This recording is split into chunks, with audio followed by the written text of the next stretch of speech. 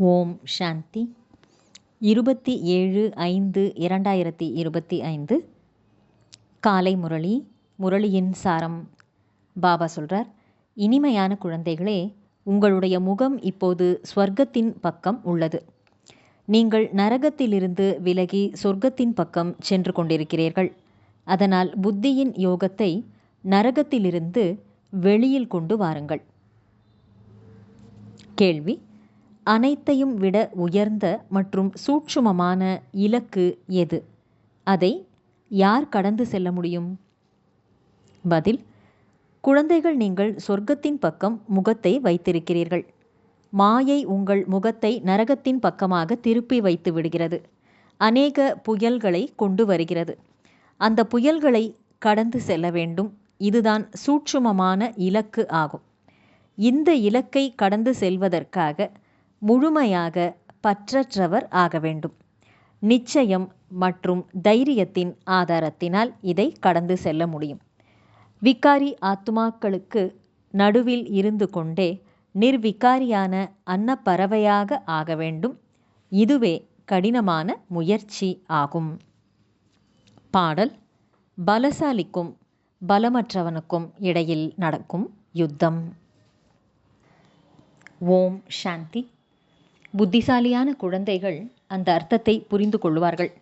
யாருடைய புத்தி யோகம் சாந்தி தாமம் மற்றும் சொர்க்கத்தின் பக்கம் இருக்கிறதோ அவர்களுக்குத்தான் புயல் வீசுகிறது. பாபாவோ இப்போது உங்கள் முகத்தை திருப்பி வைக்கின்றார். அஞ்ஞான காலத்தில் கூட பழைய வீட்டிலிருந்து முகம் திரும்பி விடுகிறது. அது எப்போது தயாராகும் என்று பிறகு புதிய வீட்டை நினைத்து கொண்டே இருக்கிறார்கள். இப்போது குழந்தைகளாகிய உங்களுக்கும் எப்போது நமது சொர்க்கத்தின் ஸ்தாபனை ஆகும், பிறகு குழந்தைகளாகிய நாம் சுகதாமம் வருவோம் என்பது கவனத்தில் உள்ளது. இந்த துக்க தாமத்தில் இருந்தோ அனைவருமே சென்றாக வேண்டும். முழு சிருஷ்டியின் மனிதர்கள் அனைவருக்கும் பாபா புரிய வைத்து கொண்டே இருக்கின்றார். குழந்தைகளே, இப்போது சொர்க்கத்தின் வாசல் திறந்து கொண்டிருக்கிறது. இப்போது உங்கள் புத்தி யோகம் சொர்க்கத்தின் பக்கம் செல்ல வேண்டும். சொர்க்கத்திற்கு செல்பவர்கள் பவித்திரமானவர்கள் என்று அழைக்கப்படுகிறார்கள். நரகத்திற்கு செல்பவர்கள் அப்பவித்திரமானவர்கள் என்று அழைக்கப்படுவார்கள். இல்லற விவகாரங்களில் இருந்தாலும் புத்தி யோகத்தை சொர்க்கத்தின் பக்கம் ஈடுபடுத்த வேண்டும். தந்தையின் புத்தி யோகம் சொர்க்கத்தின் பக்கம் மற்றும் குழந்தைகளுடையது நரகத்தின் பக்கம் உள்ளது என்று வைத்துக்கொள்ளுங்கள். அப்போது இருவரும் எப்படி ஒரே வீட்டில் இருக்க முடியும்? அன்னப்பறவையும் கொக்கும் ஒன்றாக சேர்ந்து இருக்க முடியாது. அது மிகவும் கடினமானதாகும். அவர்களுடைய புத்தி யோகம் இருப்பதே 5 விகாரங்களின் பக்கம். அவர்கள் நரகத்தின் பக்கம் செல்பவர்கள். இவர்களோ சொர்க்கத்தின் பக்கம் செல்பவர்கள் என்றால் இருவரும் ஒன்றாக இருக்க முடியாது. இது மிகப்பெரிய குறிக்கோள் ஆகும். தந்தை பார்க்கின்றார், நம்முடைய குழந்தையின் முகம் நரகத்தின் பக்கமாக உள்ளது. நரகத்துக்கு செல்லாமல் இருக்க முடியாது என்றால் என்ன செய்ய வேண்டும்?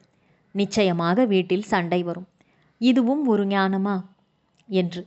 பையன் திருமணம் செய்து கொள்ளக்கூடாது என்று கேட்பார்கள். இல்லற விவகாரங்களில் இருப்பவர்களோ அநேகம் பேர் அல்லவா? குழந்தையின் முகம் நரகத்தின் பக்கம் என்றால் நரகத்தின் பக்கம் செல்ல விரும்புகிறார்கள். தந்தை சொல்கின்றார், நரகத்தின் பக்கம் புத்தி யோகத்தை வைக்காதீர்கள். ஆனால் தந்தை சொல்வதையும் கேட்பதில்லை. பிறகு என்ன செய்ய வேண்டும்? இதில் மிகவும் பற்றற்ற நிலை வேண்டும். இந்த ஞானம் முழுவதும் ஆத்மாவில் உள்ளது. பாபாவின் ஆத்மா சொல்கிறது, இவர்களை நான் படைத்துள்ளேன். நான் சொல்வதை ஏற்றுக்கொள்வதில்லை. சிலரோ பிராமணர்களாகவும் ஆகியுள்ளனர். பிறகும் புத்தி யோகம் நரகத்தின் பக்கம் சென்று விடுகிறது. ஆக அவர்கள் ஒரே அடியாக நரகத்தில் சென்று விடுவார்கள்.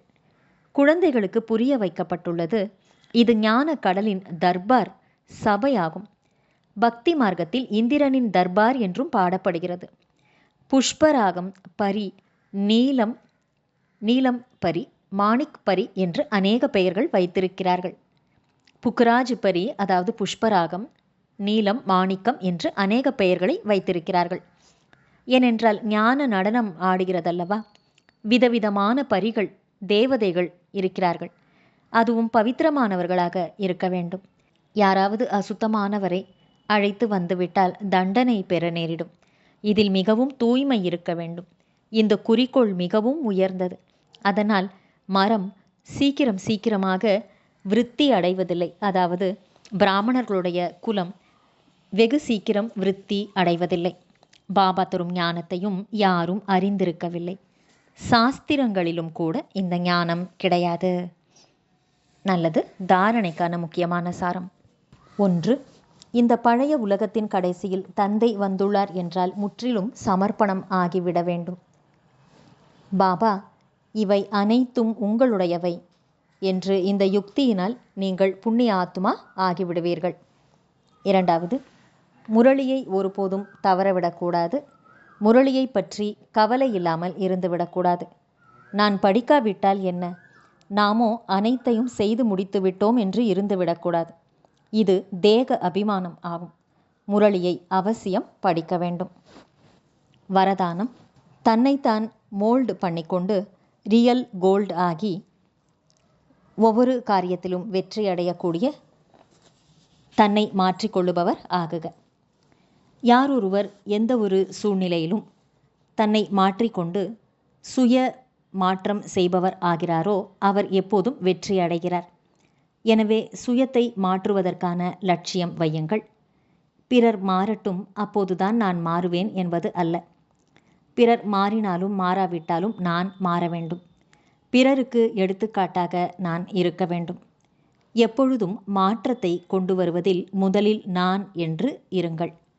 யார் இந்த விஷயத்தில் முதலில் நான் என்று கூறுகிறார்களோ அவர்தான் முதல் நம்பரை பெறுகின்றார். ஏனென்றால் தன்னை வடிவமைப்பவர்தான் உண்மையான தங்கம் ஆவார். உண்மையான தங்கத்திற்குத்தான் மதிப்பு இருக்கிறது. ஸ்லோகன். தன்னுடைய உயர்ந்த வாழ்க்கையின் நடைமுறை நிரூபணத்தின் மூலமாக தந்தையை வெளிப்படுத்துங்கள். நல்லது. இனிமையிலும் இனிமையான வெகு காலம் கழித்து காணாமல் போய் மீண்டும் தேடி கண்டெடுக்கப்பட்டுள்ள செல்லமான குழந்தைகளுக்கு தாயும் தந்தையுமான பாப்தாதாவின் அன்பான நினைவுகள் மற்றும் காலை வணக்கம். ஆன்மீக குழந்தைகளுக்கு ஆன்மீக தந்தையின் நமஸ்காரம். ஆன்மீக தந்தைக்கு ஆன்மீக குழந்தைகளின் நமஸ்காரம். அவ்யக்த சமிக்கை. ஆன்மீக கௌரவத்தையும் தூய்மையனும் ஆளுமையையும் தனக்குள் தாரணை செய்யுங்கள். தந்தைக்கு சமமாக மாற வேண்டும் அல்லது தந்தைக்கு மிக அருகில் செல்ல வேண்டும் என்றால் அபவித்ரதா, அதாவது காமம் என்னும் மிகப்பெரிய எதிரி கனவிலும் கூட போர் செய்யக்கூடாது. எப்பொழுதும் சகோதரன் சகோதரன் என்கிற நினைவு எளிதாகவே மற்றும் தானாகவே சொரூபத்தில் இருக்க வேண்டும். ஆத்மாவினுடைய உண்மையான குணஸ்வரூபம் மற்றும் சக்தி சொரூபம் என்ற மனநிலையிலிருந்து கீழே தாழ்ந்த நிலைக்கு சென்று விடாதீர்கள். நல்லது. ஓம் சாந்தி.